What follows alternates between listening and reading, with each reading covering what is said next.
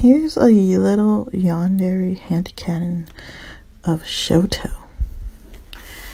Now, I believe that since you work at a completely different agency, when Shoto first meets you, it's when Doria and Shoto are talking about which agency they should hook up with for their new mission.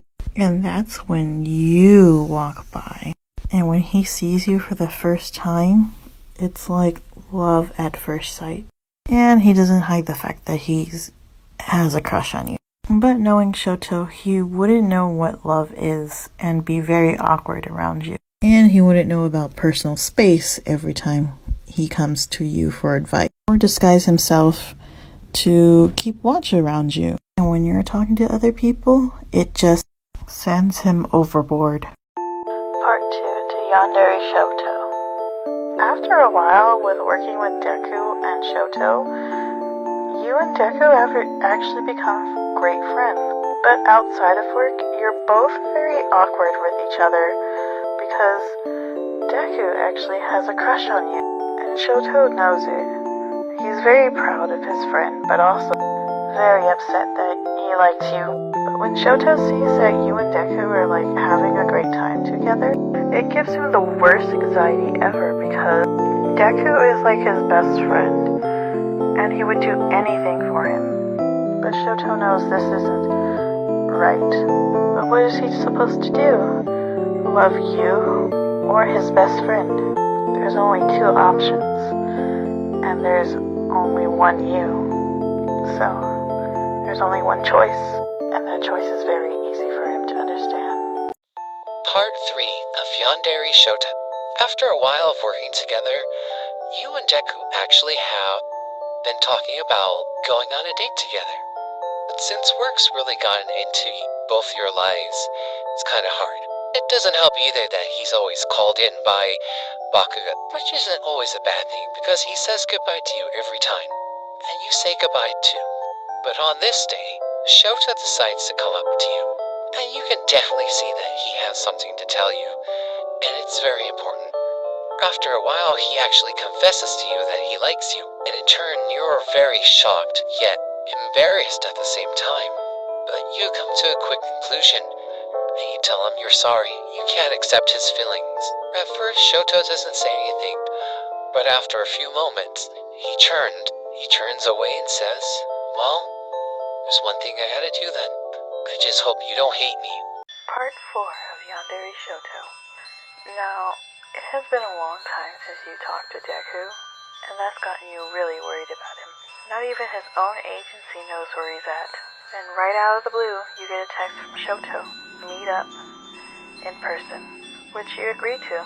But you're on your guard since last time you spoke, you did hurt his feelings. But once you see Shoto in person, greet each other like nothing happened. And once done with the greeting, he tells you to go right inside his house. Once you walked into his house, you weren't paying attention to your surroundings, and all of a sudden, you black out. That feel like moments. You suddenly wake up on the floor. You quickly look around for anyone when you spot a figure in the distance. And that itself makes you freak out. Part 5 of Yandere Shoto. After a while of composing yourself, you recognize the figure. They're tied up, and it's none other than Deku. You run up to go see him, and when you do, he first looks at you in panic, but then it looks at you fearfully as he says, "You need to run. Run now." It was awfully too late when you hear the sounds of clapping, and Shoto walking towards you. "I'm glad you're awake, my love.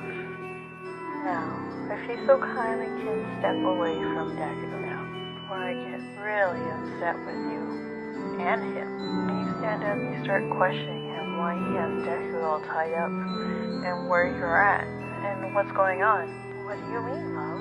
You're here with me, safe and sound." Tell him that you're getting a little frightened of him, and that's when... Part 6 of Yandere Shoto. Shoto had raised his hand up, showing his flames, and said, "If you don't step away quickly, I I will burn you both. And with that, you quickly moved away from Deku. Shoto had become calm and told you to come to him. I wish that no one else will get hurt. Just do as he says. You reluctantly follow his orders, and he's very pleased by that fact. As soon as you get close, you tell him and beg him to release Deku. Shoto holds you and calms you as best as he can and tells you, I will release Deku as soon as Deku pays for making you cry. You try to tell him it's not like that, but it's too late as you hear Deku scream out in pain as he's being shocked. You try holding back your tears, but Shoto covers. Final part of Yandere Shoto. After coming upstairs, you start sulking because you are very worried about Deku. And Shoto notices this, starts asking you various questions, like, are you okay? Are you hungry? Would you like something to do? You only turn your head away from him. First he thinks it's a game, but then you turn your head and start confronting him of what he's doing. He quickly gets hostile and tells you you're the only person that he should love, and that you should love him like he loves you. Start crying and don't understand his logic anymore, and this only makes him more upset. But then he gets this bright idea.